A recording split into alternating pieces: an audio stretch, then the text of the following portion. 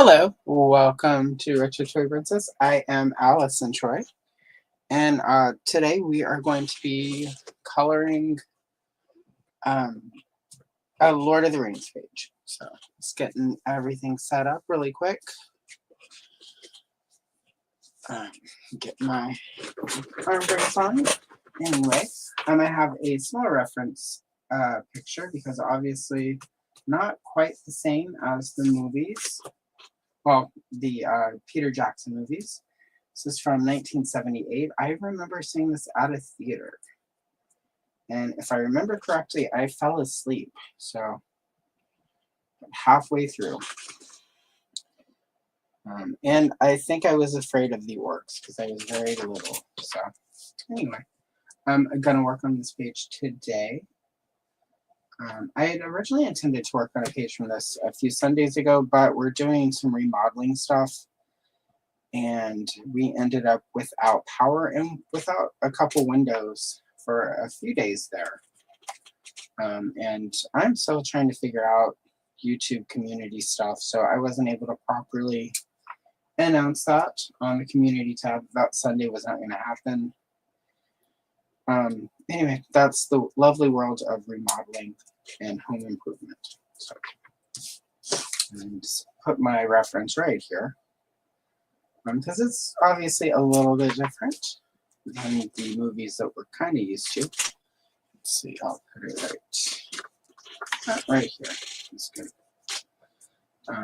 Yeah, so there we are. And let's see. I'm going to do Prismacolor today because what else would I use? And I'll start with my 72 set because it's handy. Anyway, we'll start with cloud blue for the sky in the background. Actually, I'm going to move this because there we go. It's getting in the way. All right. And there's the sharpener. So yeah, I'm a little, do we still use the word discombobulated? Because if so, I'm a little discombobulated still. But no worries. I have taken a little bit of cold medicine, so that should help. I will mute if I have to cough or sneeze or anything like that. So.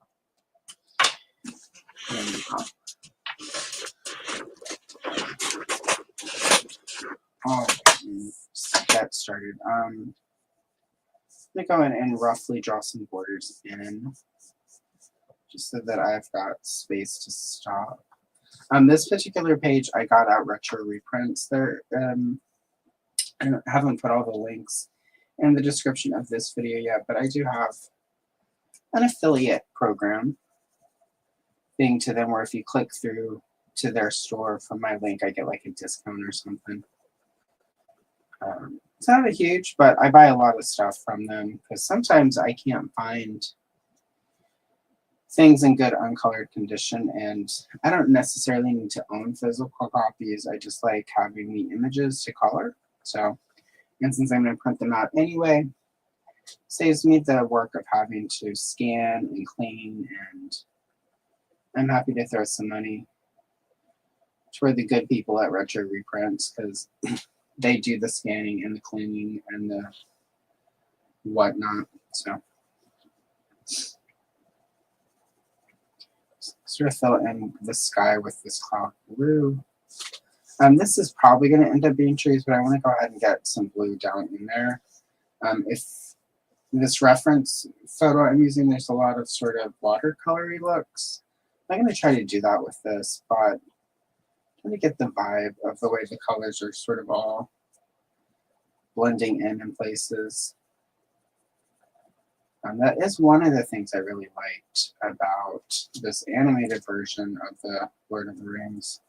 Is sort of the color palette and a lot of the sort of watercolory effects that they did for their backgrounds.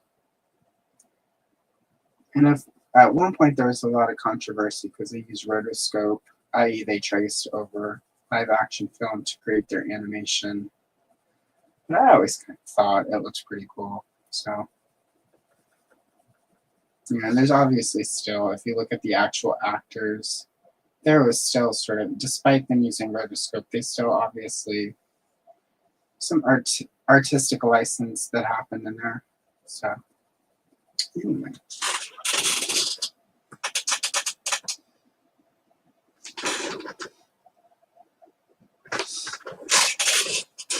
All right.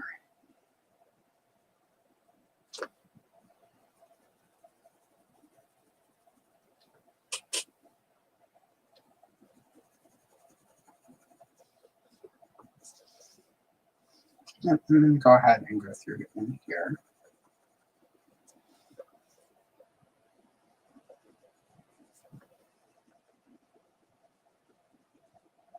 I do this sort of old school where I do all the background before I do any of the foreground or people.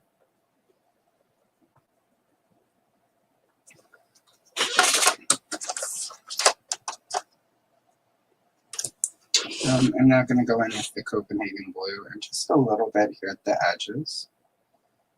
I'm not going to go dark or do a lot of it. And I'm not going to blend it yet because I'm going to go in with a different color of blue to do that. Use this sort of as an in-between color. So it's going to look a little rough, but that should be fine. Just trying to get this sort of how there's this bluiness in there with the different shades of it. So again, I quite like how that looks. So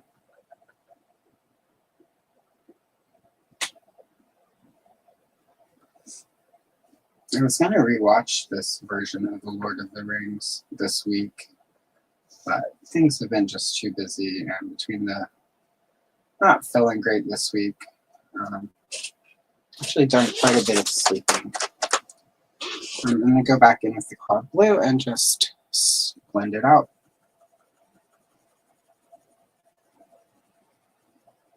It's still going to be a little rough, but I'm still going to add another layer of blue in here.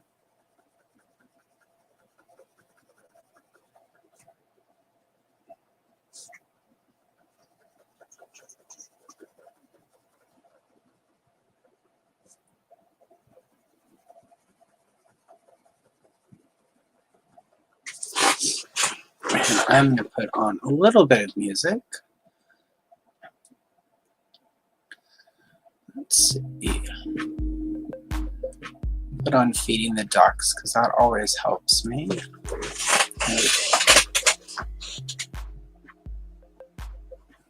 Today the sound of computers and everything is sort of getting to me.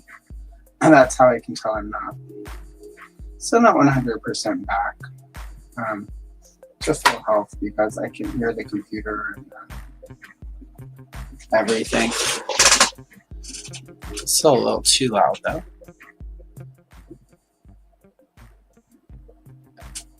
There we are. Whatever.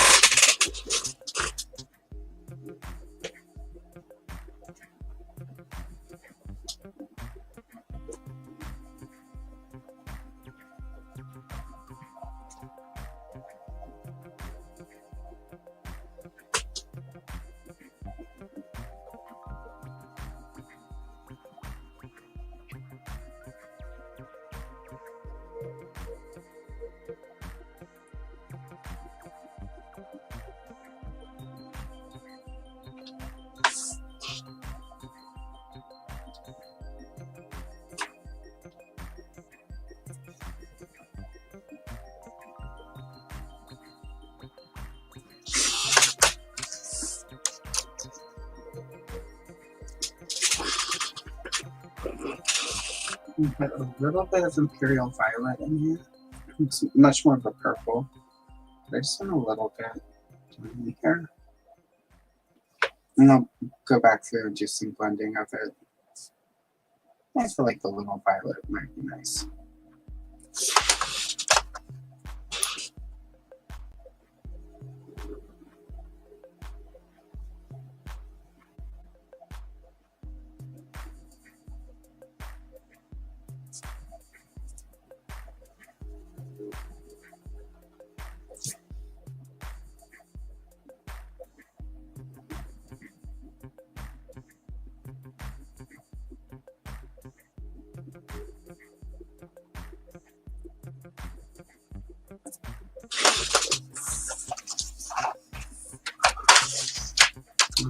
And now I'm gonna come in with light cerulean blue. Add that in here.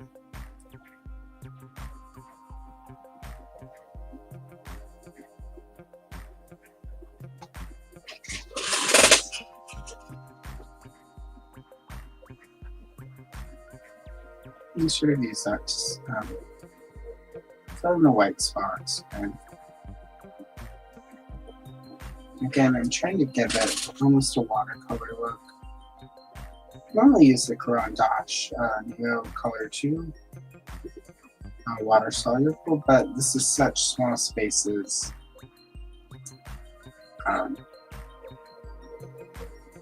that I have better luck doing Prismacolor with this kind of space, with such little corners. Oh, hello, Oz. Thank you for popping in. Lovely to see you. Yes, it's finally the weekend, and I've got a long weekend because Martin Luther King Day is Monday, and it's a federal holiday. So this is the start of a nice sort of long weekend mid-month. You would think that after all the holidays, I would not want as much time off, but unfortunately, between the cold and just how busy my work can be at the beginning of the year, the extra day off is quite needed and quite appreciated. How are you, Oz?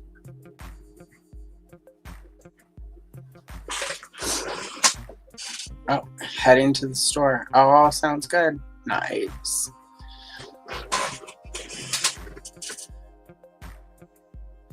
Yeah, 3-day weekends are good, especially. We don't do quite the same thing, but we're sort of in a similar industry, and we both do phone work. So I don't do quite as much phone work as I used to, but I still have to do phone work. And let me tell you, right, this time of year in general, phone work is not pleasant. So a lot of people still like to call it the holiday hangover. You had time off, but it wasn't enough time, and a lot of it was spent dealing with family stuff and traveling, and the holidays can be an emotional roller coaster for some people. I think the older you get, there's always that sense of it wasn't quite as good as it used to be, and I think that's why holiday depression becomes a thing. You know, my mom used to talk about it after my brother and I had grown up and moved out of the house. The holidays just weren't cheerful anymore. And that was when she started really getting into Halloween. Because it didn't matter if we were there. She could decorate the house and throw a big Halloween party and invite people. So she was not as into Halloween when we were little kids, with all the candy and the trick-or-treating. But once we were older and out of the house and didn't trick-or-treat, she really sort of enjoyed it. She liked giving, I think, and that was part of it, she liked giving out the candy and the treats, and she liked making super alcoholic punch and inviting people over and listening to music and tricking the house out. She would watch back in the day, Roseanne used to do a big Halloween episode every year that was like full of decorations and stuff and crazy costumes. She never did the crazy costumes, but she would decorate the house like some people decorate for Christmas. And so. Hey, Payne. Lovely to see you. I hope you're having a great day. Yeah, never. And I hope you're, I need to chat with you anyway, because your book and stuff, I should have you on to, like, we can color and talk about your book. So we can get the word out to the people, help you promote. So, and it's been a long time since we've gotten to hang out. And it's just nice to hang out with friends.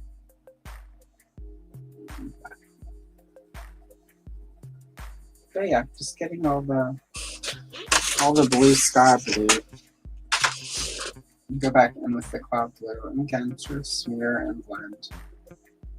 I'm not going for as much of a smooth look as I might normally, because I kind of want the almost a choppy, again, sort of trying to get a watery, colory look. And there's always sort of a splotchy, even in the smoothest watercolor, I often sort of a splotchy, and that's for me part of the charm of watercolor, is that you can always tell sort of that there's water in it. I need to, one of my goals for this year is to start playing around more with watercolor. It's been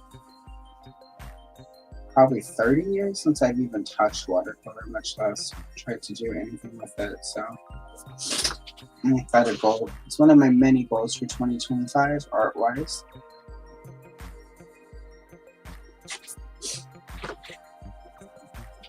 Not that the pencils aren't great and whatnot. And I've got some alcohol markers ordered I'm going to play with this year.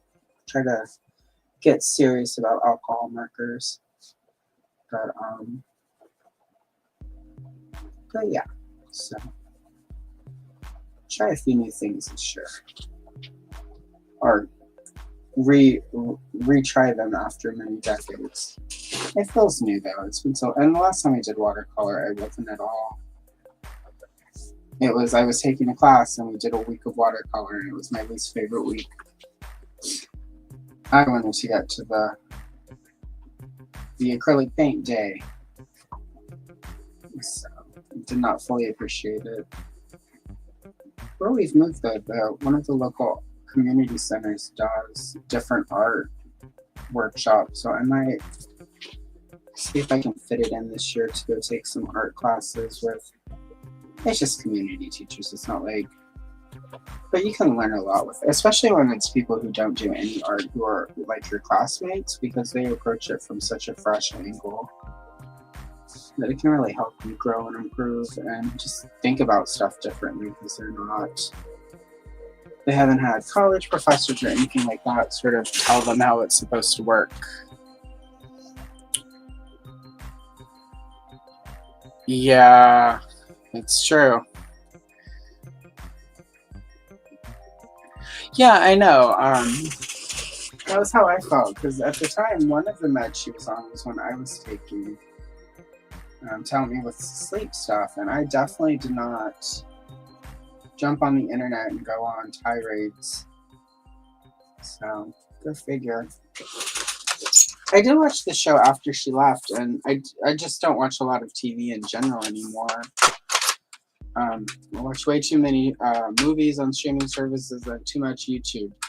But I watched it after she left with like the kids and stuff, and it was pretty good. Like it obviously is never going to be quite the same. And I think part of the problem is trying to, as much as I myself enjoy nostalgia, I think a lot of times these shows that go back and try to lean into the nostalgia, I think a lot of times it just doesn't work. Like it's hard to go back. So, but good old Roseanne. I'm sure she's having a good weekend. So, and it's not like she needed all the new money. She's quite well off. So.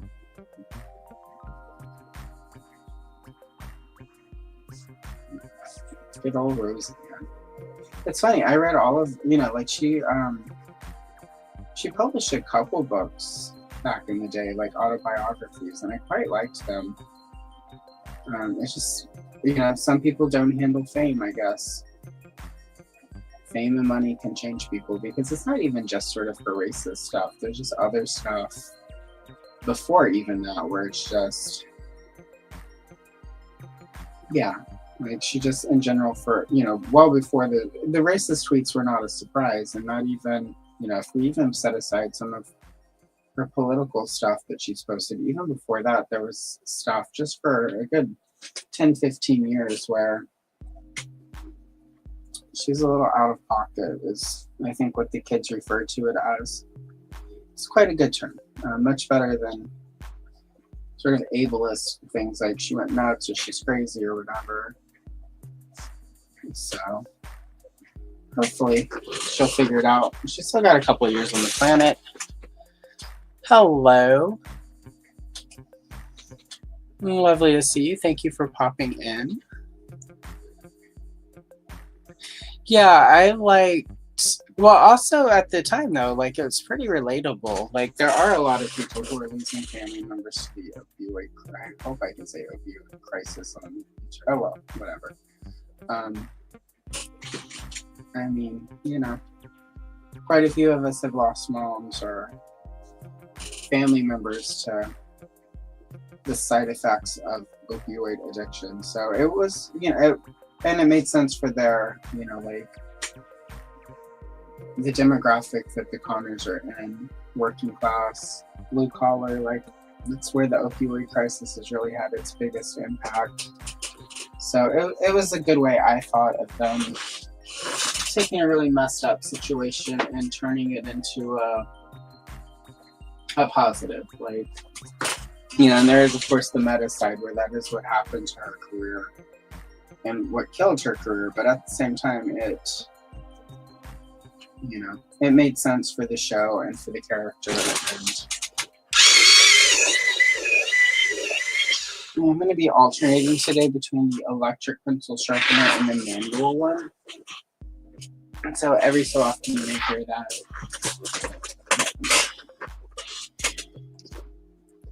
So anyway, if you hear the drill sound, it's just I've got the electric sharpener set up again. With everything, my hand has been acting up, and I tend to go a little too tight, so I have been breaking a lot of lead lately in the pencils. Because when I do the hand one, it's a little, my grip is a little too tight. So to save pencils, because they're not inexpensive. So yeah, so just heads up, there might be some, the drilling sound is just the sharpener, it's not the contractor's back. I'll be so glad when all of the renovations are, I mean, the renovations are going to be good, like they're ones we wanted. It wasn't like surprise renovations. You know, we sort of knew when we bought this house that, you know, and had set money aside that was specifically for that. So it's not like, but it gets sort of long and tedious, and, you know, you kind of just want your house. So yeah, and then, you know, like I want to do a big, once everything's done, I'll be able to like set out my full collection and display everything, and I'm going to do like a room tour, or well, collection tour. So I'm kind of excited for it to finally happen. You know, for all the sort of those months where we were back and forth and getting moved, like there was a lot of like sort of in between. My friend in my writers group refers to it as liminal space, because we were just sort of in between here and there always. And now we're here, but we're still sort of just in between. And I'm ready for it to have my full set, because when I have a full setup, days like today where I'm not on camera technically, I'm gonna have it all set up so I can all sort of, you know, do split screens better. And it's gonna be, I'll have like a real toy tube background. It'll just be fancy. It'll be a fancy toy tuber for a little bit. Or color tube, whatever. Like I'm in that weird in between place where it's like I do toys, I do adult coloring art, I do and stuff. I'm just an Allison tuber.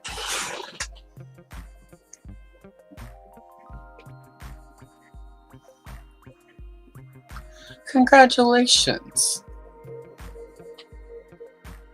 That's a huge accomplishment. Congratulations very much. That's very hard. So kudos to you, like, for everything.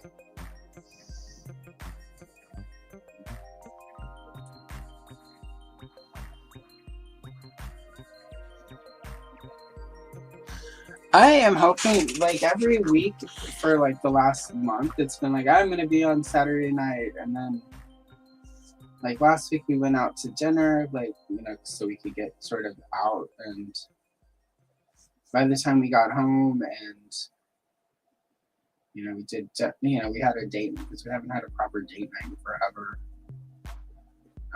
So by the time we, you know, and I wasn't going to rush and be like, let's wrap this up so I can go home and jump on the internet and hang out with people. Because that seems rude.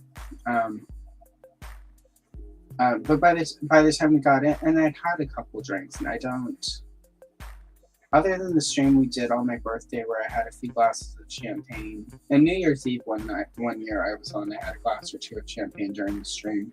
Otherwise, I don't, you know, like, I don't tend to want to be intoxicated in any capacity on the internet. So there wasn't enough time to sort of get home and clean up and sober up enough to jump onto the internet and hang out. I mean, I think you guys were even saying goodnight by the time. Well, you went on, but last week you guys were saying goodnight. When we finally got to the house, I heard you like, oh, we're wrapping up. So I was like, I'm just not gonna push it. So hopefully tomorrow is sort of planned similar. Right now with everything, Saturday tends to work best as sort of date night. But we're gonna hopefully be done early because we're both tired and old. Welcome to being old. But yeah, so hopefully tomorrow night I'll jump on, and it helps that Monday is a day off of work. And so I was even toying with on Monday. Got a few errands to go run in the morning. I was toying with in the afternoon, maybe jumping online for a little bit for a stream, just to get an extra one in, since I've missed so many. And it's really I'm very OCD about when I plan a month out, because you know I pick specific pages for the live streams that are just me. And when I get behind, it throws me off. If you ever wonder why I release so many videos, it's because I've sat and plotted them out and have a really hard time not fulfilling. It's, you know, it's almost very much sort of an obsessive compulsive thing. So I mean, part of it is also just I like making videos and I like releasing stuff, but some of it is once I plan it, it has to happen, or it'll drive me a little crazy. So anyway, I'm gonna try to sneak in an extra live stream this month somewhere, because you know I plotted an extra one. Well, not technically, but I plotted one and I had to miss one. So there we go.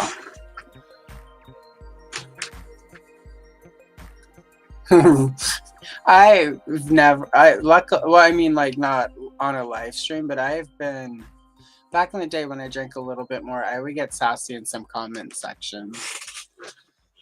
So, and you know, whenever you drink that much, and depending on what side of the internet you're on, the line between sassy and rude is very thin, but sometimes they do deserve the rudeness, but still.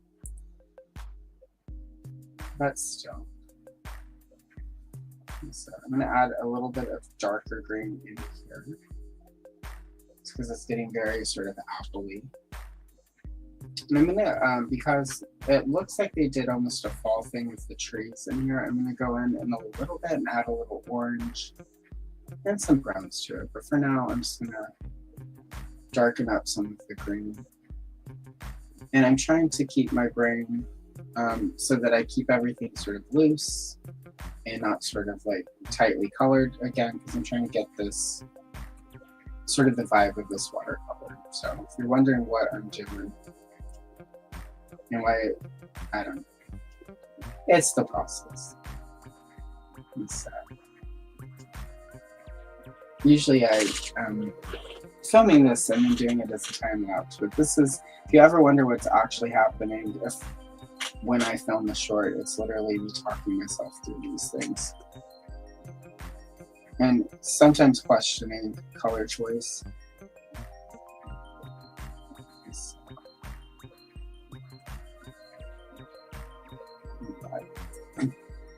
And I really like doing trees, so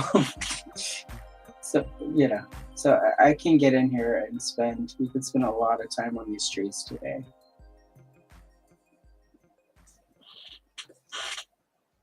That was when I was in art school and I was sort of doing pieces.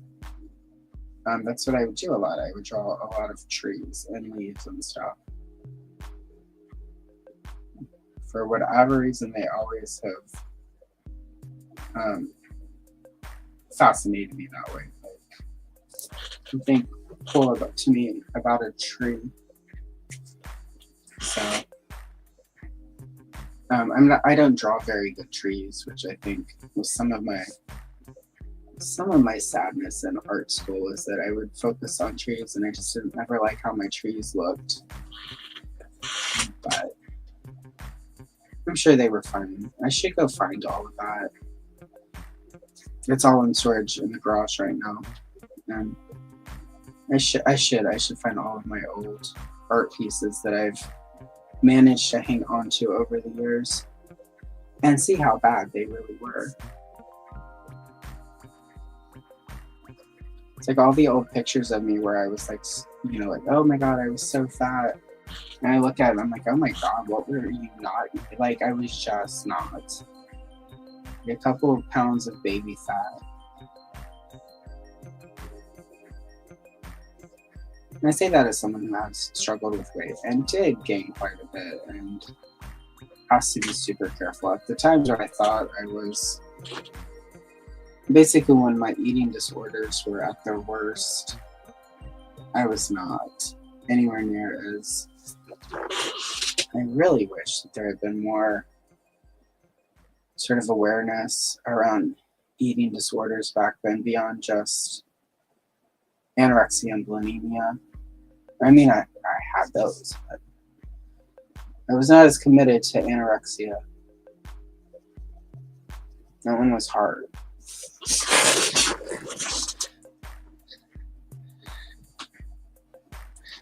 Yeah, I'm sorry. Yeah, it's a sort of color for reference. I also just really liked this page and sort of the color. So I wanted it handy so that I could kind of try to mimic it a little bit. I mean, it's going to be completely sort of different in some ways, but I want that color, you know, sort of the greens with the oranges and the browns. And sort of the dark blue with the light blue. Like, I'm going to achieve it exactly, because a lot of this is, I think, watercolor. So I'm going to try. I'm going to try to get the vibe of it. You know what's fun is I've done a couple Lord of the Rings as shorts. I haven't done a lot of Lord of the Rings stuff, so as much as I love Princess of Power and Masters of the Universe and Star Wars, I do so much of those that sometimes I've noticed lately when I'm doing a short or even a long form video that I kind of have started going on to autopilot with those. So I want to, for some of the live streams this year, I think I'm going to try to go for not quite so obvious things. And Lord of the Rings, I had picked up a couple of these from retro reprints quite some time ago, and I found them in all the stuff that I haven't really worked with yet. I was like, it would be really fun to do some Lord of the Rings and just play around with different stuff for a little bit. I really enjoyed doing sort of that Masters of the Universe 1984 coloring book and doing, like, completing it, including sort of the pages that were different between the two versions of it. But that was a lot of He-Man. Like, I can't say that I'm quote unquote burnt out, but if I can avoid coloring He-Man and Skeletor themselves for a little bit, I'll be doing well. Need a little bit of a break from He-Man and Skeletor. So yeah, there'll be some more Lord of the Rings. And also 1985 was a fun year for me. That was the year I went and saw Return to Oz, The Goonies. That's the year She-Ra came out.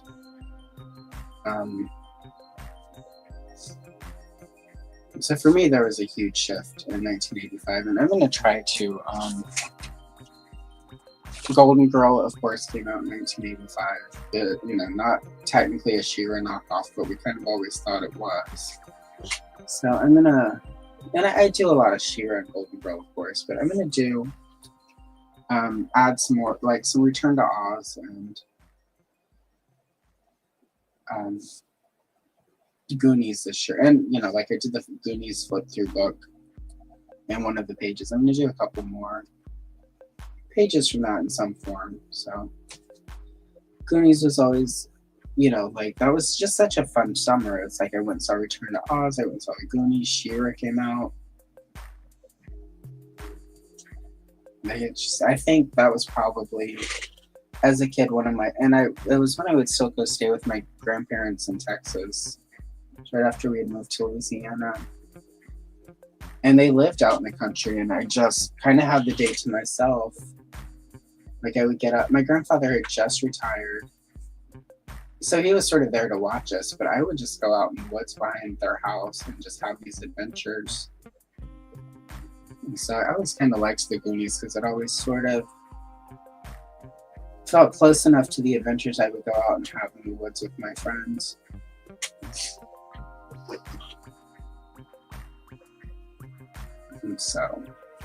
And then of course She-Ra was huge.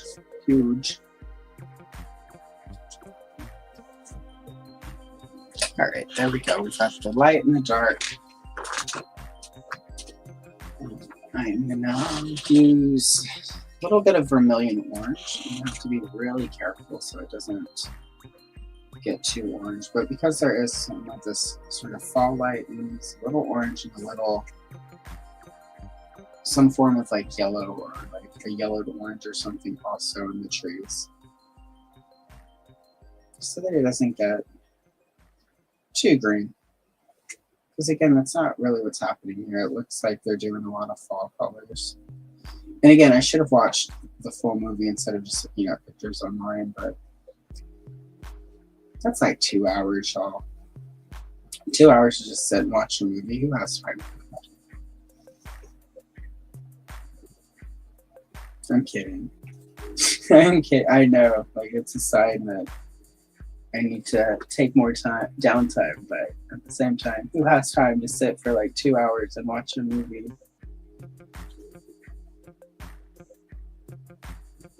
I would be on my phone anyway.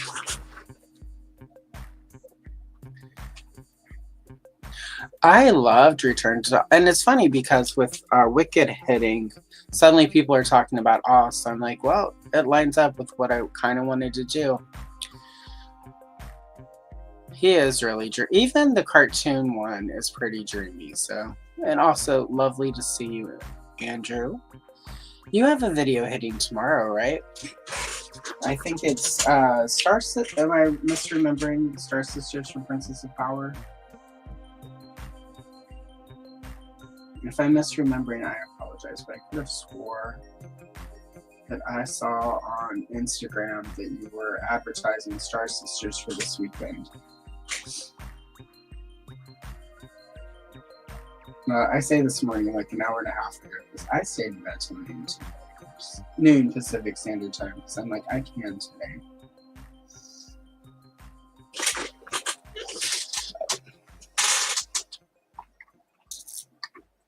Love the Star Sisters. Right?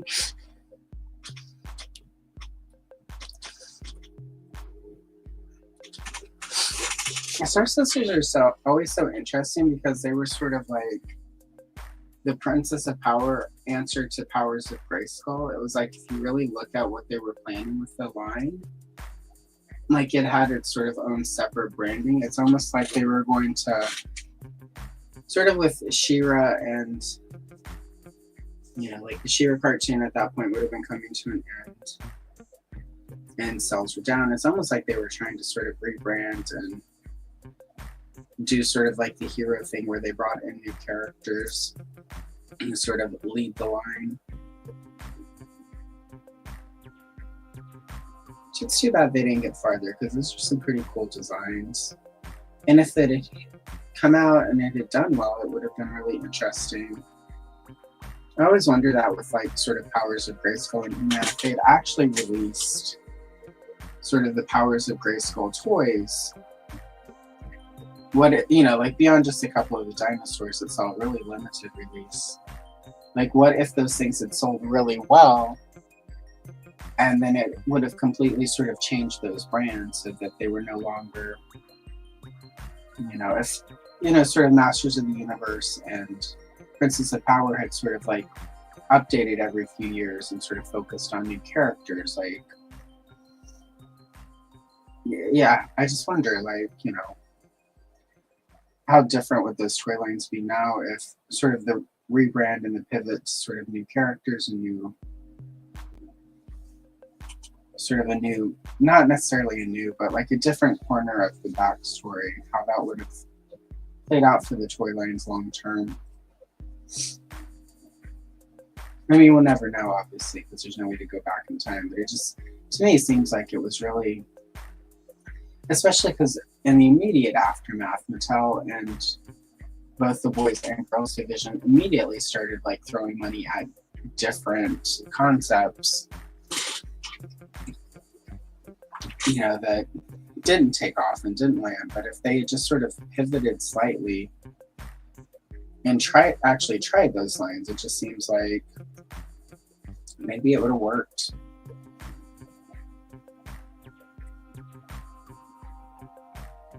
Or maybe not. But at the same time, it would have been cool to see.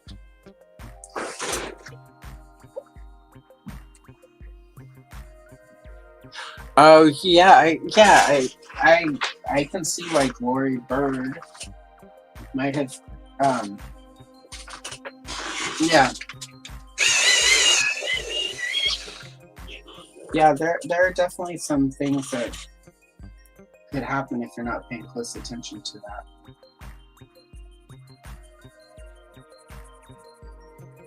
So I can't wait to watch to count how many times that happens. Yeah, I'm hoping yeah, Thanos' comment,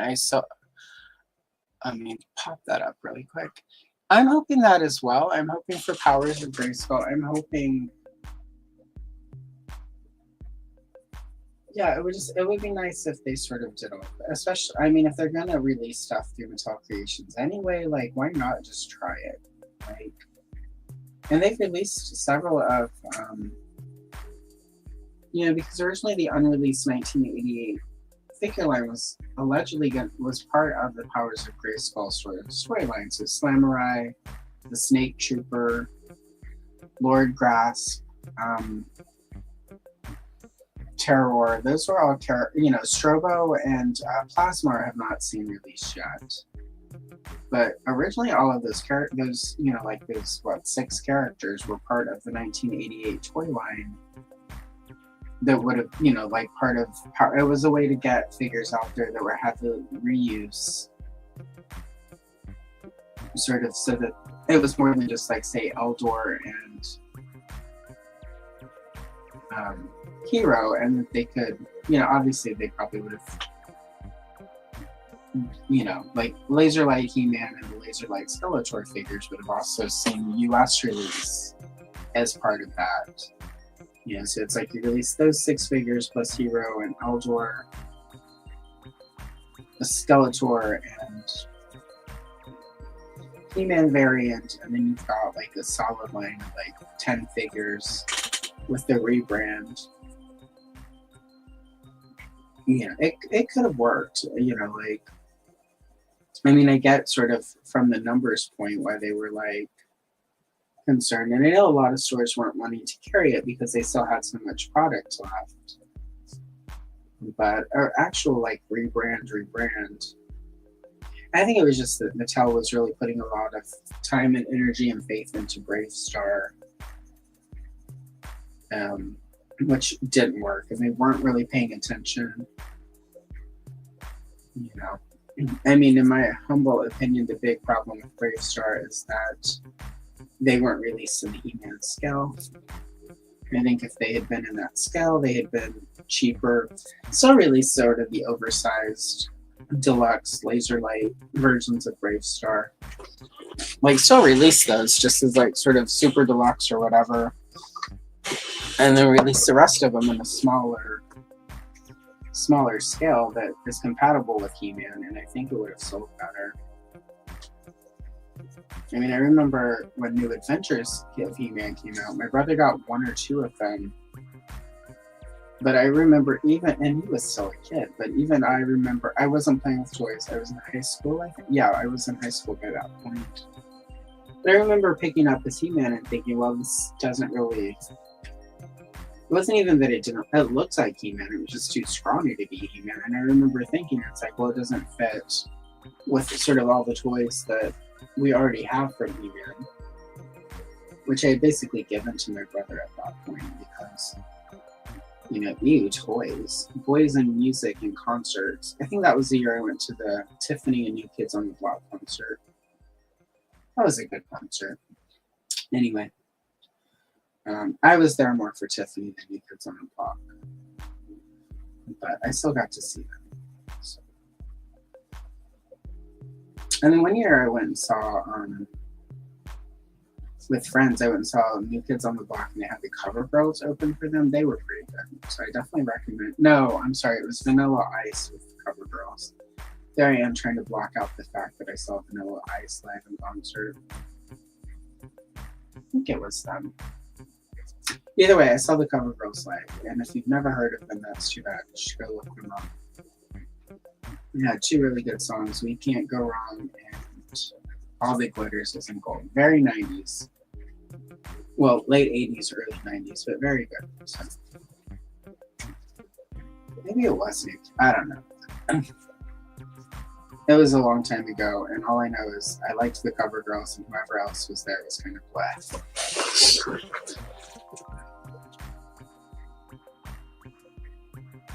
There's not an Origins hero yet, but they have shown him on packaging a couple times, so I am feeling pretty confident that at some point Hero will show up. Even if it may just be as Mattel Creations, it may not be, you know, like actual. You know, he may not actually see retail release. He might just be a store exclusive, or, you know, Mattel Creations or Amazon exclusive or something like that. But I'm going to assume they'll release them. My thought with Mattel and sort of Origins is that ultimately they are going to release everyone who got released through Super 7 just so that they can secure those trademarks. Because by Super 7 releasing a toy with, say, the name Hero on it, they can't release Hero, the action, you know, like Mattel's Hero, but they could, in theory, submit a trademark for a character called Hero that's completely different and possibly get it because it's been released on packaging through their company. I did a lot of digging around on how trademarks work. And part of the reason we see every few years Mattel will release a toy and the box will have like 13 characters listed is that's part of how you secure a trademark. So by doing that, they're showing that, hey, we've used this toy name on toy packaging in the toy, sort of in the action figure area. So we've secured this trademark is something live that we're using. It also can help push through a trademark if it's taking too long and they're afraid somebody might try to jump their claim to it. So if they release it and, you know, the box says Hero and someone else tries to use Hero, They're like, well, in 2020, we released this box that said hero. We've used him in art here on this box. Obviously, we're still interested in this trademark. So it's really interesting how all of that works. It's like until a few weeks, until last October, Mattel and DC owned the trademark of superhero, and it was something they joint used. So you couldn't actually call something a superhero legally unless you were lending it to them, and then it was dismissed because somebody challenged it. Because at this point, superhero has become such a generic term that, like, DC and Marvel can't really exclusively claim it.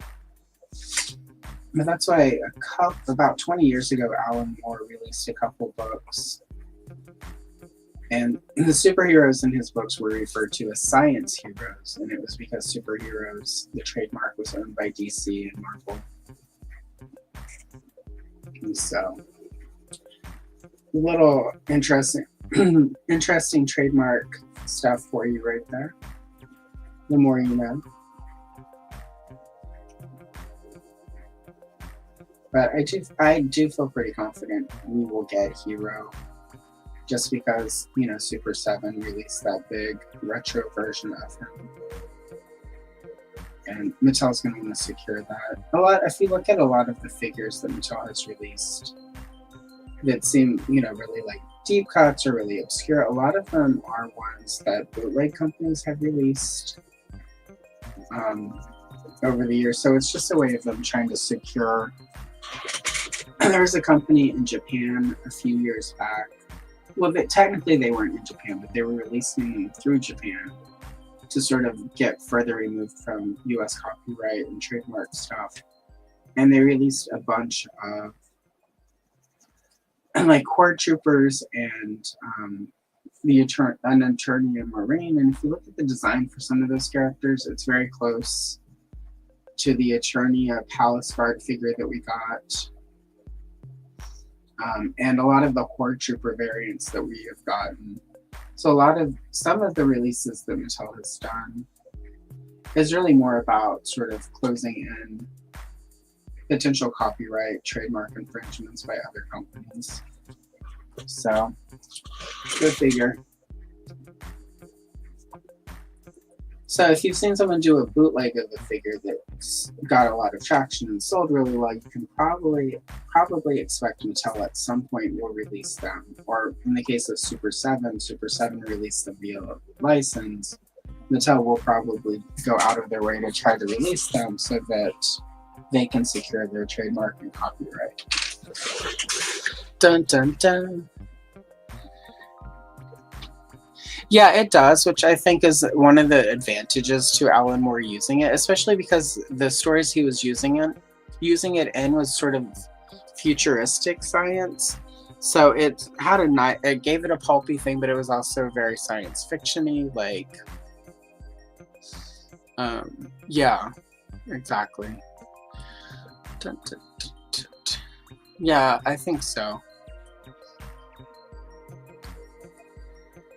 Yeah, I think eventually Masterverse will do Snake People. I'm glad that they're waiting to do the Snake People in Masterverse until after they finish the Snake People in Origins. So I'm not gonna lie, as much as I like the Snake People, I'm also feeling really tired of Snake People. I would like Princess of Power people. I would like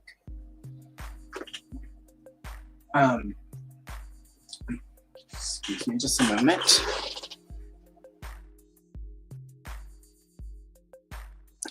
Alright, I'm back. Sorry about that. It was a sneeze burp situation that was about to happen. Nobody needed that. Yeah, I would like to see Princess of Power. I would like to see just some different stuff. Like definitely the Horde, and technically the Horde may be Princess of Power, but they also weren't.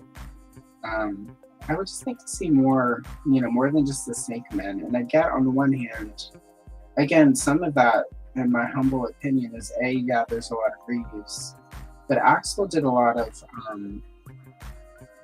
Axel Jimenez did a lot of concept art for Snake People when he was during the Classics era, and some of that would have been given to Super 7.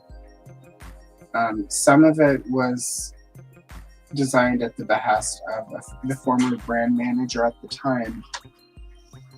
And because of how some of that stuff kind of works, if Mattel doesn't actually do anything with it, in theory, some of these other companies could like go and release, they couldn't necessarily, like have the same parts, but if somebody wanted to take, say, like as we'll just use Quick Flick as an example. He's like sort of a snake man who like fires bows and arrow. He has a lot of part reuse, but in theory, if say, I'll just say like the Four Horsemen. I don't think they would do this because they have a really good relationship with Mattel. So that's why it's sort of safe to use them as an example. But if the Four Horsemen were to take that design and basically just do it and release it before Mattel does, then technically Mattel could lose that concept because they technically weren't doing anything with it.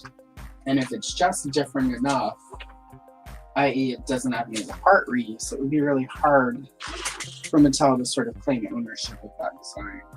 So, because so many of those Snake Men concepts have been floating around the internet for so long, and in theory could be picked up and made by other companies, Mattel is, in my opinion, focused quite a bit on the Snake Men because that's where the most sort of undeveloped, newer concepts have been sort of willy-nilly floating around on the internet.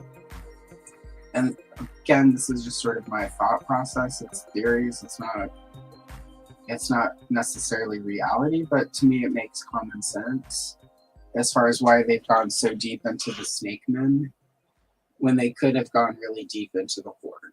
So, because they own most of the Horde. They don't own the Filmation look of the Horde, but they, almost every Horde character was created at Mattel. And even the ones that weren't, they have designs. The 2 or 3 Horde characters that were original to that Filmation came up with, there were Mattel designs that Mattel can use for those characters if they wanted to. So, and in a case or two, I think they have, and they just, aren't sort of bringing awareness to the fact. Like we've all seen sort of the sort of Sultra the Witch concept. And she was on the Leo Faker and Copycat 2-pack box.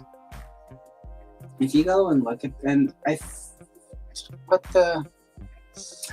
don't think the sketch for that one is in the,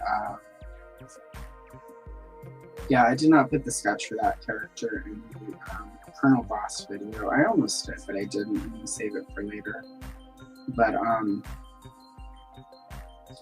Sultra, the date of the concept for that is in 1984. It's around the same time they came up with sketches for characters like Octavia and Leech and Grizzlor, and it was all at the same time. So my theory for quite some time, and I'm still trying to find proof, is that the character of Sultra is actually Shadow Weaver. Because she's got a broom, she's a witch, she was developed at the same time they were developing the Horde. Obviously they don't look, she does have green skin though. So it just, there are a lot of indications that Sultra is actually Shadow Weaver, like the concept that became Shadow Weaver. It's definitely a thing where if Mattel continues the sketchbook series, you could see Sultra sort of there, and I'm still, like I said, I'm still doing a lot of research before I'm gonna before I do a whole video of Sultra is Shadow Weaver. That video is a long time away unless I can find evidence really soon. But that's my working theory, is that witch, that for a long time people were like, this is a concept of Evil Lyn, even though the concept sketch literally says 1984 and Evil Lyn came out in 83. I'm pretty sure it's a concept for the character who would become Shadow Weaver. But Sultra was the original name for Evil Lyn. So, anyway, there's your motif history.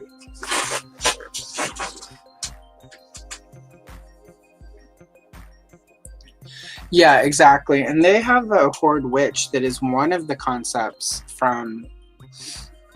Well, they have a witch that was one of the concepts of the witches, the one with the purple hat. But Sultra is a different design from that. It looks like...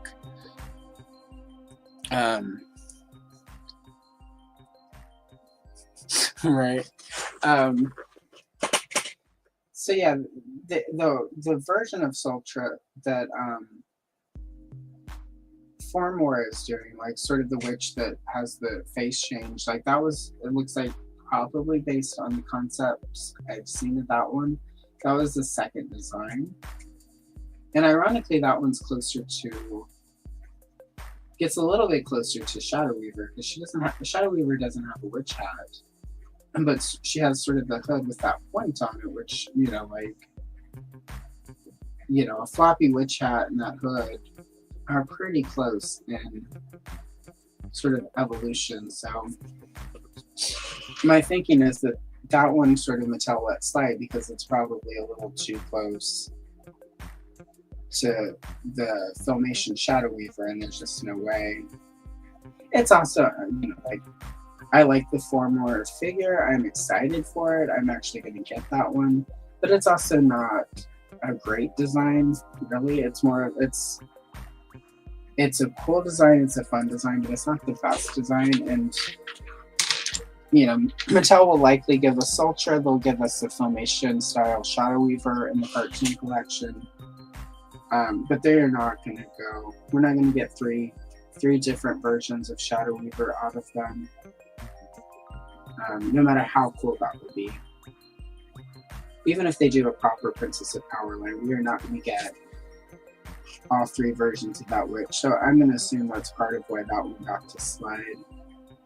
It does look like, when you look at some of the designs that Legends of Dragonlore have gotten away with, that a lot of it is the ones where Mattel is probably not interested in pursuing them because they look too derivative or they're just not the best designs. And I don't mean that in a rude way, because they're still, you know, from the way the He-Man toy line evolved and the way Masters of the Universe production and concepts work, it's really cool to have figures that represent the different versions of the evolution of that toy line. So I'm not taking away from it, but if, you know, these were toys for kids on the shelf, probably not so much, but for adult collectors who are big nerds and love all of this lore and love following the concepts to the final figure and whatnot, it's really cool to see all of this happen as action figures. So, sort of my take on it. And if you disagree or think I'm wrong, good. You're allowed to. Alright, looks like my trees are done. Just took an hour. Yeah, definitely have the double. Yeah, so again, there's like, I don't think there'd be a way to do it with double trouble. I do wish that there was a way that, to make it all more compatible. I mean, they look great with Origins, but it's just the compatible, you know, like the articulation is not there. They're a nice bridge, though, between the original He-Man toys and then the Origins one. Alright, so trees are done, finally. I know I took an hour to do the trees. It's just how it works sometimes. And I use the cloud blue for the sky. I'm going to use the cloud blue for the water. And then I'm going to obviously put in some different colors. But I'm going to use the cloud blue for the water's base color. And since water is really, ripply and wavery, I am not at all going to be clean about how I do these lines. So, I'm wondering why it's all scratchy and uneven and weird. That's on purpose. It's water.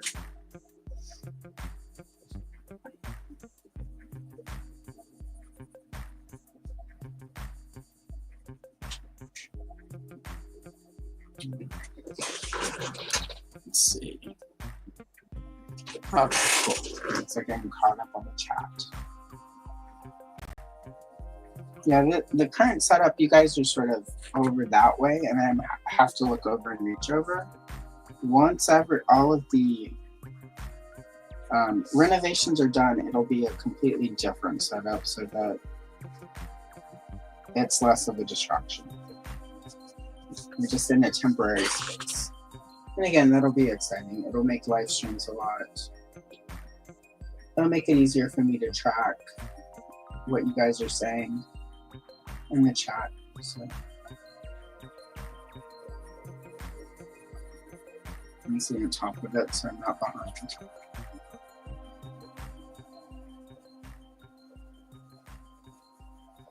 If I ever get to be big enough on YouTube, I'll pay somebody to be my sidekick to read the chat out.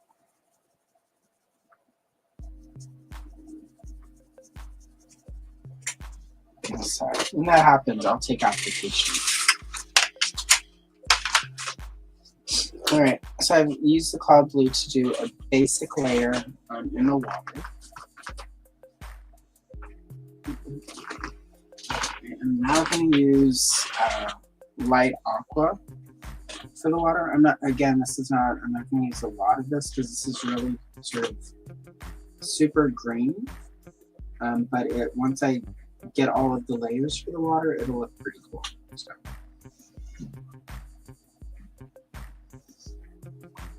And these I'm going to try to do all sort of side-to-side lines. Horizontal. Oh my god. I spaced them horizontal, you guys. Anyway,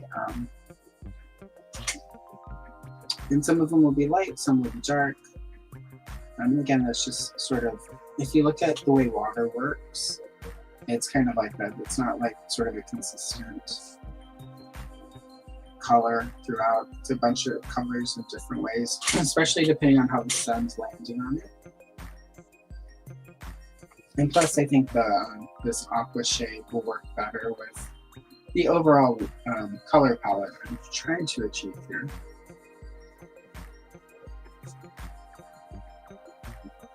And so hopefully.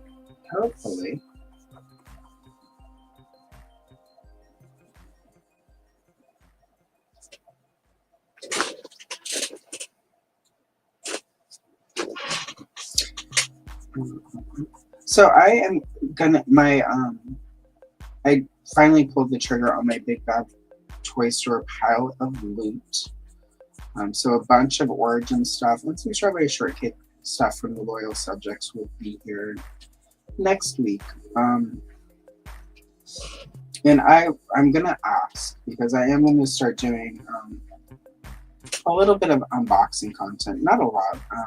I mean, if I unboxed everything, I would have, especially right now with me finally getting all of my collection out of storage, there would be a lot.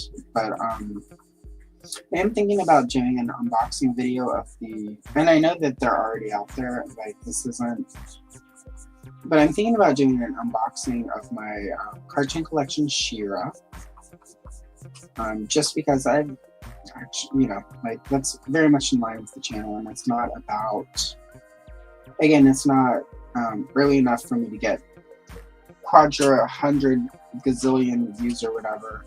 It's just, it's the vibe of my channel. So I was wondering though, do you guys want,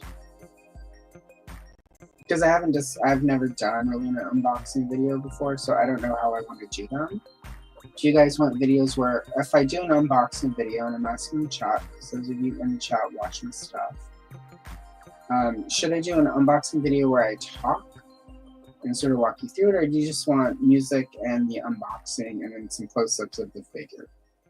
Because I have one of those lazy Susans like everyone else, and a light box that will fit figures that I can put, you know, some color filters in so that, you know, like there's a cool backdrop. So just, you know, if I do an unboxing video of the She-Ra, what would you like to see from that?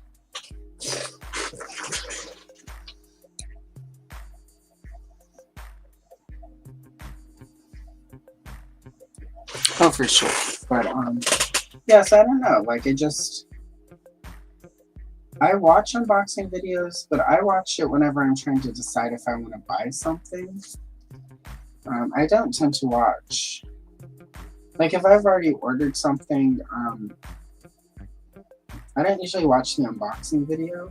It's always like I need to, you know, like, do I want this? Should I buy it? Let me see what it looks like. I am going to do, I've been planning it anyway because I have sort of all these vintage toys. I will be doing a series for those that are like what's in the box, where I sort of unbox them to show you what's in it so that if it's something you're looking to pick up at some point, you know what a complete one should look like. Some of mine are missing pieces, but I'll go over what's missing in those videos. And also, some people want to see what this stuff is, but don't actually want to spend money on vintage toys. I get that as well. So, you know, those are happening anyway, but the She-Ra thing is sort of a newer toy, so I don't know. There are a couple different ways I could do it that would be in line with sort of what my goal with my channel is overall, but I also, you know, if you already have a She-Ra, like, are you going to watch the video? And if so, what would make you want to watch it? So, I don't know. Philosophical questions for a philosophical time. Done with the light aqua. I'm going to go in with cobalt turquoise, which is very dark. And I'm just light. And I'm not going to do through all of the water, just sort of along these waves here. So.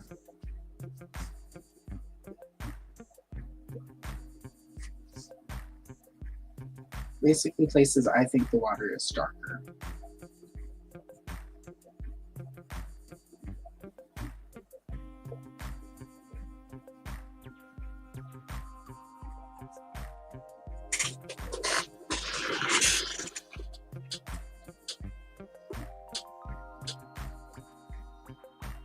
Yeah, and I also have the vintage 85 She-Ra in pretty good condition, so I could do all three of them. You know, the first origin, and I have both origins. I have the PowerCon exclusive one, so I could literally do all four She-Ra. So that right, because that's kind of what I did with the Power of the Force Leia, was I lined up all of the different Power of the Force Leias. I don't know yet. That's sort of one of the things, Oz, that I'm trying to figure out. You know, like, do I do it as a premiere? Do I do it as a live stream? You know, I don't think anyone that I'm about who's here and hears this is going to be surprised when I say I really hate editing. Especially for like like for coloring video, editing is not difficult. Like color and chill is pretty easy. I just film it. I do those in blocks. So I'll do like 20-30 minutes, take a break, do another 20-30 minutes. And then I just edit that together, speed it up, drop some music over it, and then, you know, a few things here and there. But those are pretty easy to edit, which is why I do those quite a bit, because, you know, I've got the bandwidth for it. No matter how bad a week is, that's a really easy thing to get in there and edit. There hasn't been as much, you know, like the Colonel Blast video that I just dropped. That one has a little bit more editing in it, and it took a little bit longer than the typical, just because there's more production with it. And so I don't, yeah, but again, like something like a She-Ra, like unboxing a She-Ra is such a big part of what why I have the channel, honestly. You know, like Princess Leia, She-Ra, Wonder Woman, sort of all these toys that I love are a big part of why I started doing a channel. I've just been really fortunate that as I've done it, I found other stuff that I really enjoy doing as well, and I've started, you know, like I had completely forgotten I loved Care Bears as a kid until I was working on this channel and came across a couple Care Bear miniatures in a lot, and a vintage Care Bear coloring book that had never been colored in, and I bought that and some of the minis, and I was like, I really loved Care Bears. So suddenly I'm doing more Care Bears just because I suddenly remembered, you know, all that stuff from childhood you sort of forget about. But She-Ra is, you know, a big part of why I'm here. Tila, She-Ra, Wonder Woman, Princess Leia. You know, I would not be anywhere on the internet doing toy content if not for, you know, the existence of those characters. Strawberry Shortcake as well. You know, like, it was just my childhood. It's the stuff that no matter how bad things got when I was a kid, like, those are the things that made me happy. So no matter how bad things get now, you know, and this was especially important during the lockdown. You know, like, those are the things that make me happy now. So, I mean, you know, like, sort of, it's not, you know, like, happy. I'm very fortunate. I have, you know, we've got a good partner. We've got cats that are amazing. I've got a good support. I have all of you that are a part of my community and my support system now that I'm doing a channel. But yeah, so I don't know. I want to do it. I want it to be fun. Agreed. Editing is the worst. Chris, speaking really quick, let's, Sunday morning, 11 a.m., Chris Plastic will be here and we're coloring Star Wars. And what's fun about that is one of the pages he picked is Luke and Leia right before they swing across the Death Star chasm, but the other is a Rey and Kylo Ren page. I have not colored anything. The most sort of newest thing I've colored in Star Wars, timeline-wise, was I did when Mark from the Holdo Maneuver podcast was here. We did a page of Anakin and Obi-Wan from Revenge of the Sith. That, and then I've done one Padme page and one Jar Jar page, one Queen Amidala page, and Darth Maul. Did I say Darth Maul? So 2 Padme, 1 Amidala, 1 Padme, 1 Jar Jar, 1 Maul, and then that page. So 5 things from the prequels. Otherwise, it's old. So it's kind of exciting that I'm going to do, finger quote, new Star Wars. Even though now, like, all of that's almost a decade old. It's not new Star Wars for long. Thank you, time. So anyway, yeah, Chris will be here Sunday. We're going to color some Star Wars. And I'm sure because there's some Kylo, Rey, and Ren, I'm sure somebody will have some opinions in the chat. So, anyway. But yeah, back to She-Ra. So yeah. So that's actually, yeah, comparing, but I do. I have every She-Ra. I even have the Super 7 vintage style as seen on TV version. So maybe that's sort of the key, is to get all of my 5.5 She-Ras, and sort of like I did with that Princess Leia Power of the Force 2 video, where I compared all of the Leias from like the 90s together. So yeah, thank you everyone for helping me talk through that, because I think that makes it an evergreen video. So even 2 or 3 years from now, if somebody finds the video, it's not like, oh my god, why is somebody opening this old toy? And then I hear them make that comment, and then we do Power of the Force 2 in May. Oh wait, that already happened last year. Never mind. So, but that's actually a really great idea. Thank you. Thank you all for helping me walk through that. It means I'm going to have to edit, so. But, you know, what is art if not a little bit of suffering?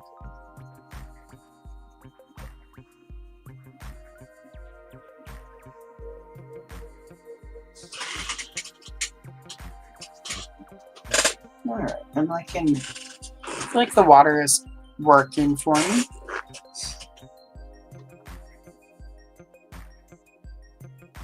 I'm having all that turquoise and light aqua in there.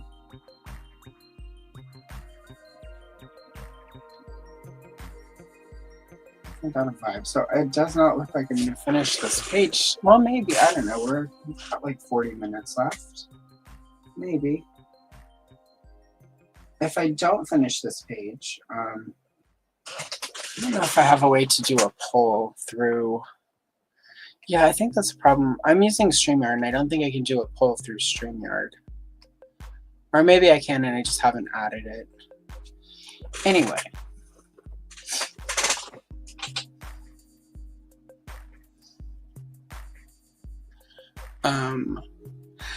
You know, those are actually, the Shadow Weaver from that line is really good. So good that if Mattel didn't give us the Shadow Weaver cartoon collection, I would not be sad because I have that Shadow Weaver and I think she's, you know, like, I mean, she has less articulation, but Shadow Weaver would anyway. So as far as that line, the Shadow Weaver for me is pretty perfect. I mean, I'll be happy and buy an Origins cartoon collection Shadow Weaver, but if they don't do her, like, I've got one that I feel like, and, you know, again, because of how Shadow Weaver, you know, her basic sort of construction, she blends a lot better with Origins than some of those other figures would. I liked quite a few. I liked their take on She-Ra because even though it was like a scene on television, it was really sort of She-Ra as if she had been released in Masters of the Universe rather than, you know, instead of as a separate line. And so that I thought was really cool.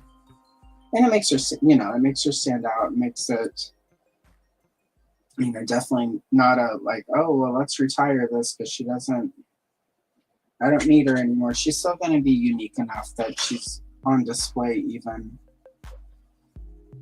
even with the Origins cartoon collection because it's a different take on the character.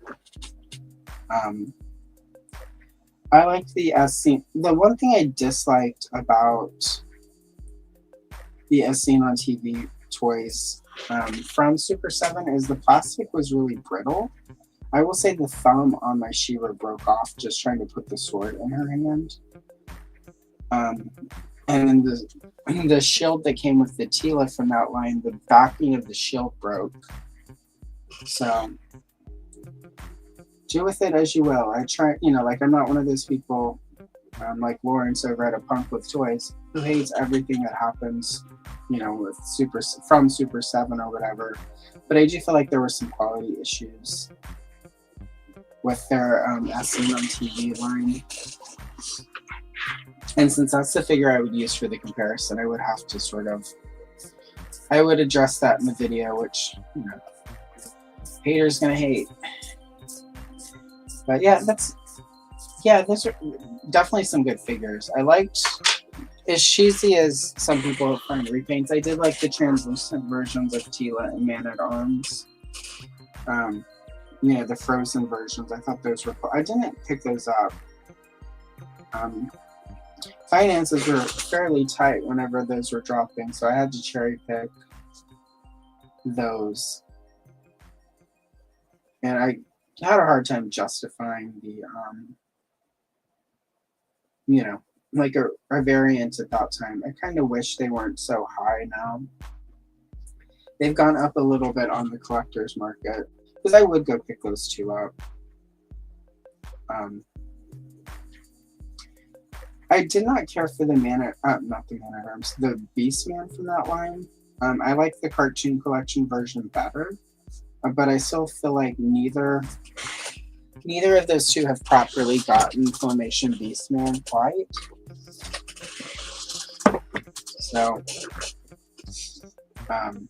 you know, so in 5 years when some other company or Mattel gives us another cartoon version of Beastman, I will end up spending money trying to get one that I actually feel like hits the mark.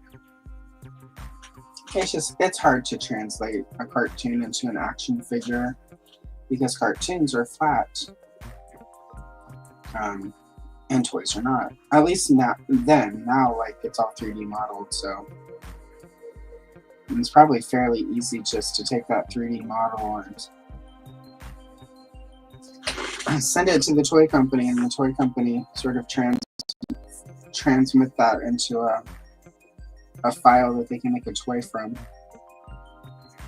Because I will say the recent CGI He-Man toy line,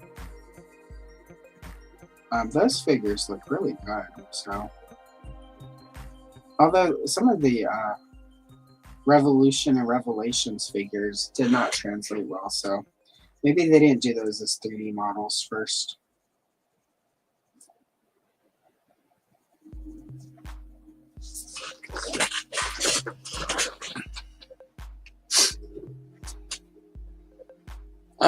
Yeah, you did some photography last week that I loved. All right, I'll see you later, Oz. Hello, Shannon. Thank you for popping in. Lovely to see you. How are you today? I don't know if any of you have popped in before when Shannon has popped in, but she's got a great channel, so go follow her. She does way more coloring than I do, and she colors sort of all the cool adult coloring books that are out. So definitely gets, and she also does unboxing sometimes of black box Disney toys, which are really cool, the little cute chibi ones. So go check that out. She's been doing reading sprints lately, so if you need to read, go check it out. We all need to read more.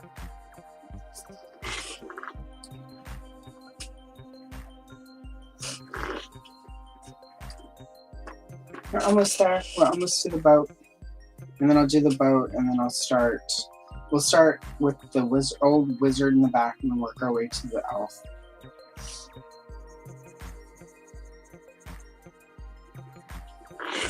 Which we've got 30 minutes left, so in theory I could probably get there. If not, we'll wrap this up on a future stream.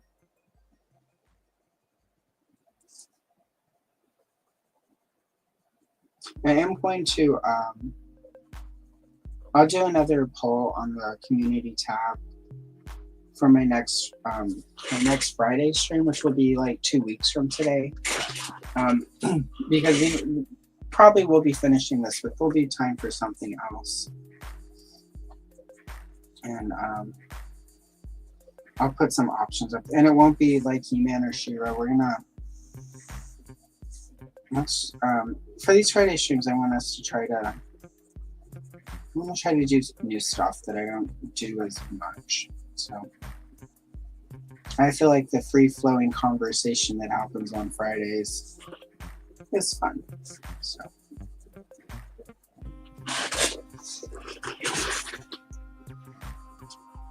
you reckon? Oh, this is how we know Shannon is somewhere in the South or the Midwest, because nobody else uses reckon like we do. And the first time when I first moved to the Pacific Northwest, and it was back when I was really, really specific about speech, so that people couldn't tell I was from the South, so I could kill my accent. And I had a very odd one, because growing up in Louisiana and Texas and bouncing back between the two, Cajun country in Louisiana and Central Texas are two very specific accents, and the intermingling of the two.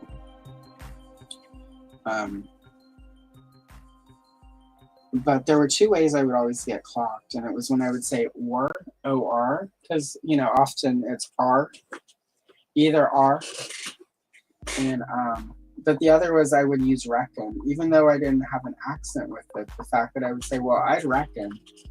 You'd be like, what part of the South are you from? Like, dag nabbit. And dag nabbit didn't help either, because that's very Southern. But yeah.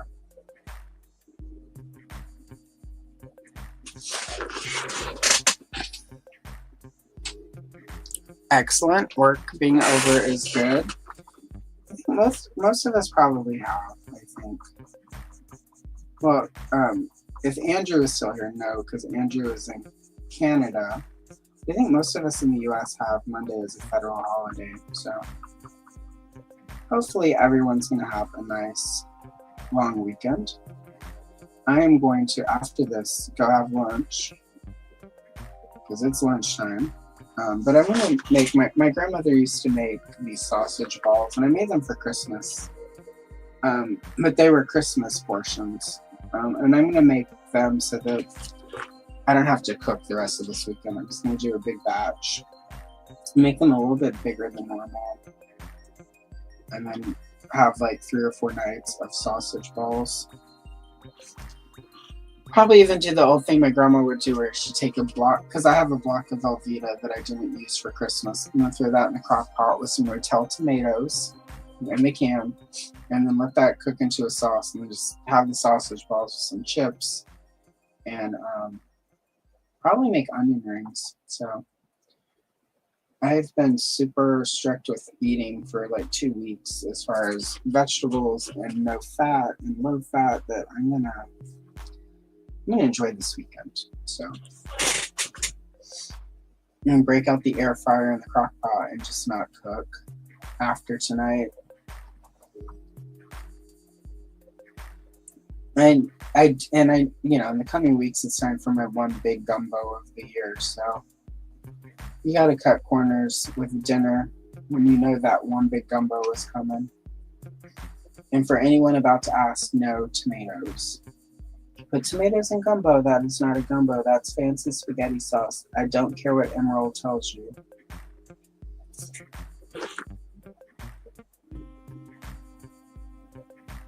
Tomatoes do not belong in gumbo. You can make a jambalaya with tomatoes. That's fine, but not gumbo.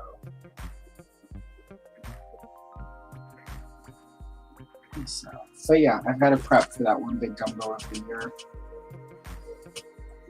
Because you have to babysit the gumbo for like the first hour or so while you're doing your roux. After that, you can just let it slow cook, basically. Simmer, check it, add stuff. But in that first hour, you're sitting there right over the pot, so you don't burn your roux and don't overcook it. Because if you burn your roux, you just have to throw it out. Like, just into the, it's not even fit for the dog to eat. Not that we have a dog, we got cats, so, but it's not even fit for the cats. And my cats will eat anything. One of them stole spinach out of my bowl the other night. So they are omnivores. Oh, there we go. All right, I think the water is done. All right, so I'm going to do the boat. I'm sure there were references online for the boat that I just didn't find. I'm just going to make it up. So if the boat is not accurate to the movie, my apologies, but whatever. I'm just going to do it as if it's a wooden boat from top to bottom. Probably almost time to take more cold medicine.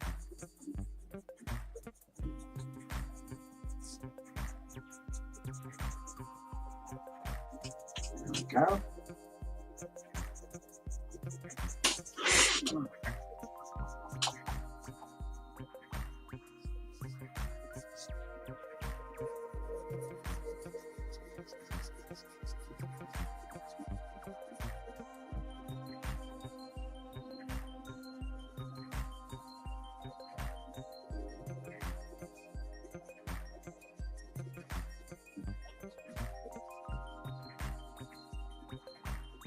And then once the boat's done, I'm going to go in with the paint pen and sort of the steam or the mist or whatever this is coming up from the water.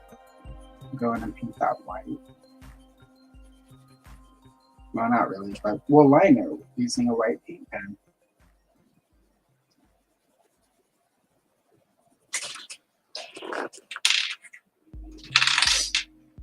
All right.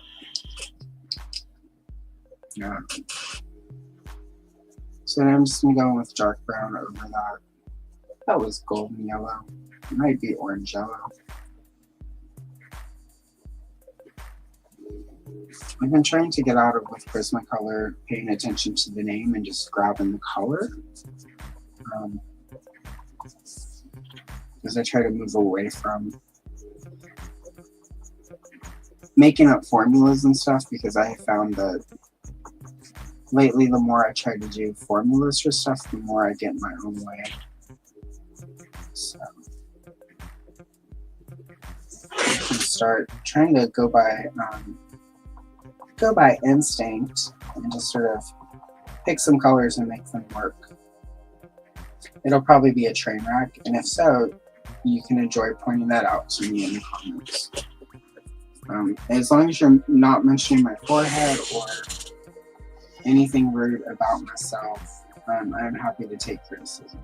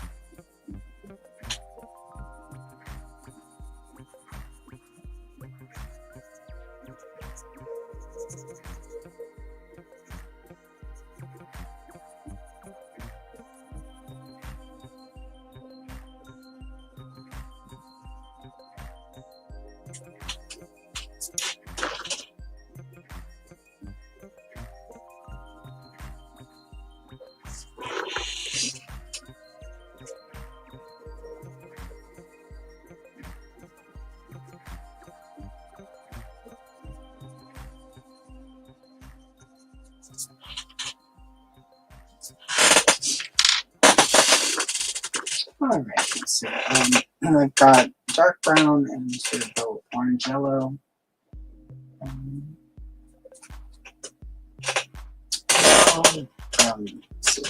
Yep. We use a brown sea. I know. Pretty sure that's what it is. Or is it brulee? Nope, this is a sienna. Very good. Right. It's just going to look lighter because of that yellow underneath.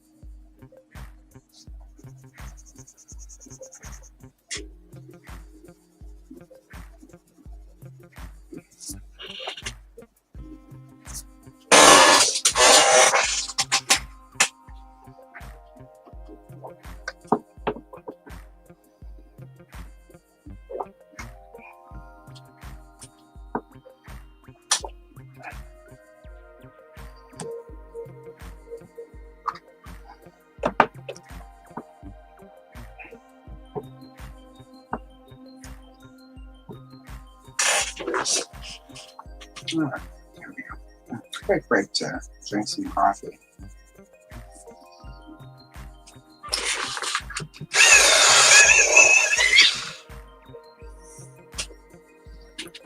think the see Anna Brown is going to get retired this weekend. An entire cup over here of all of my nubbies. I keep meaning to film do a short with all of those set to Sarah McLachlan in the Arms of an Angel, or I Will Remember You, and I keep forgetting. So fast they keep piling up. Watch a 5-minute craft video where it was like, what to do with all of your pencil stubbies. And they were like, make art. And then they poured it into this resin thing and it looks hideous. So I was like, never mind. And I'm not sure who it is that 5-minute crafts are for, because I've never seen a craft on there that actually makes sense or comes out good or isn't just dumb. So I don't know if it was always like that, but at this point I just kind of just watch them to laugh at how dumb they are. And maybe that's what they are now, is they're just brain rot. So but they got me for a second. I'm like, maybe that will be a good idea. It was not a good idea. It was like, put them into like a glass, like a plastic jar, and then drop them all in there, fill it with resin. After it cures and dries, cut it out, use a grinder to turn it into like a vase. And it was just like, that's a lot of work. Like really way too much work. So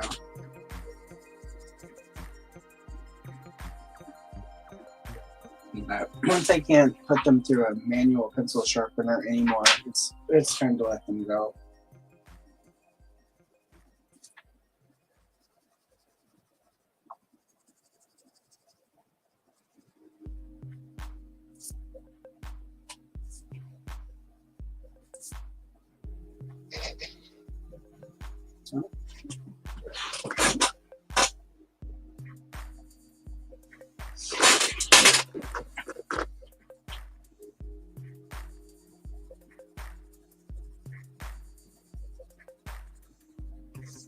Somebody forgot to turn their phone into airplane mode so that I wouldn't get calls.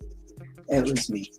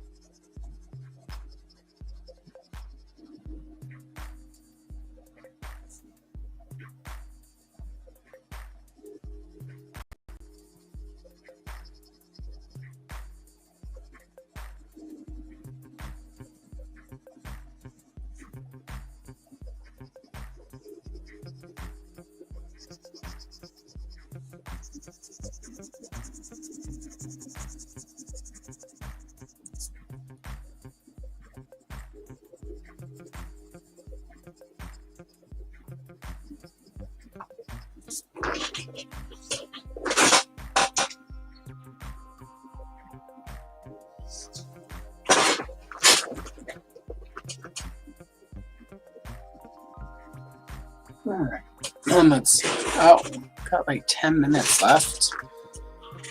So definitely not gonna finish this today, but I'm gonna finish the boat up, and I'll do the water, well, the sort of water effects down in there,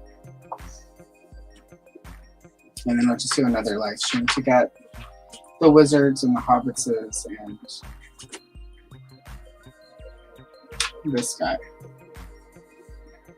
Yeah, and then of course the elf that everyone loves.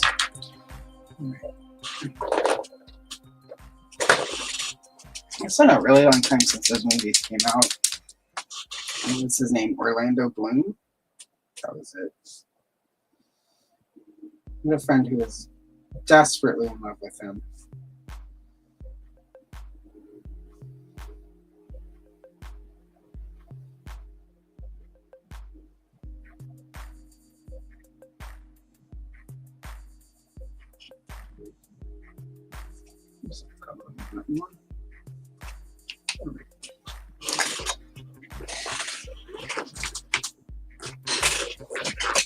We'll work on that, the water effect a little bit more, but I need that to dry before I do. Let's see, 8 minutes. Let's see, 8 minutes. We can't do much, but I'll get the staff. Let's do the wizard's staff.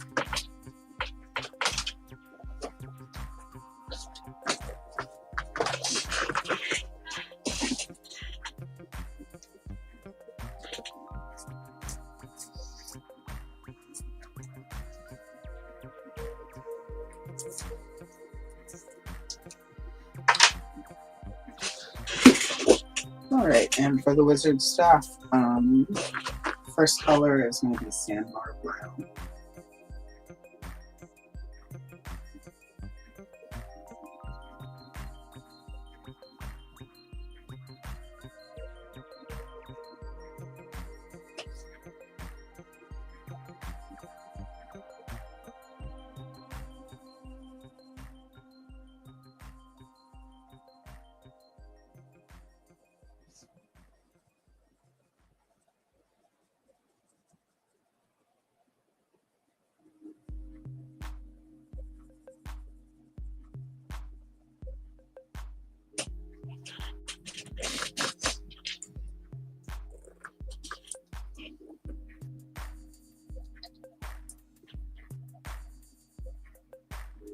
And go back in with the dark brown, just sort of give it some definition.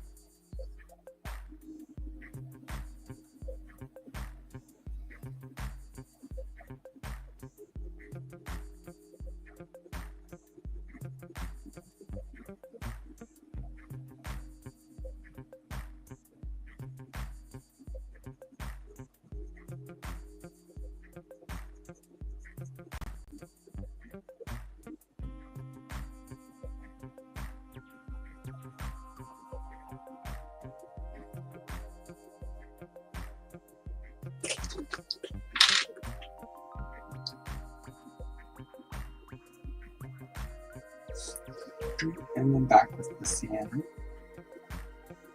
just gonna give it a reddish, brownish. Yes.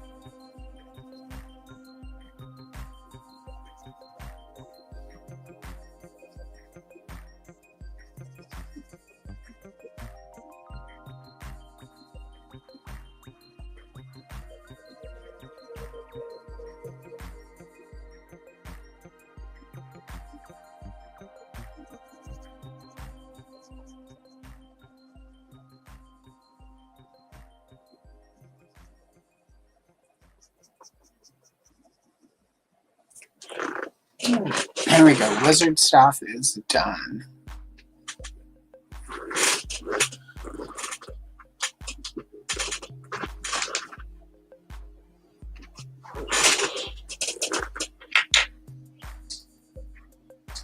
All right, it's about 5 minutes here, but I'm gonna go ahead and wrap it up so I can go eat some lunch because there's no way we're gonna finish the rest of it, and it's still not fully dry for me to go in and clean it and finish doing what I want to do with it. We will come back to this on a future Friday live stream. I don't think it will take the full 2 hours to do all the people. Could be wrong. But so I'll put a poll up in the next week or so. for something else to color when I finish with this, or I might also, depending on when I get through the book that this is from, there might be another page that I like that I can quickly do after we finish the gentleman up here. So in the meantime, I'm going to go ahead and wrap it up. Thank you so much for joining me today and hanging out. I will see you in the next one, and definitely Sunday morning, 11 a.m. me and Chris Classic will be coloring some Star Wars, so definitely join us then. Between now and then, I've got obviously some shorts, because I always have shorts dropping. And then tomorrow morning, Hasbro Air Raiders toy. It was a poster, but I turned it into a booklet, but that'll be landing tomorrow morning, so definitely check that out. It's a really strange, weird, obscure toy line that Hasbro dropped in like 87. Lasted barely a year, but it's pretty interesting to sort of look at it and see what Hasbro was trying to do. So anyway, with that said, well, hello, Elder, just in time for the end. Thank you for popping in. Good evening. And with that, I will see you all in the next one. Thanks. Bye.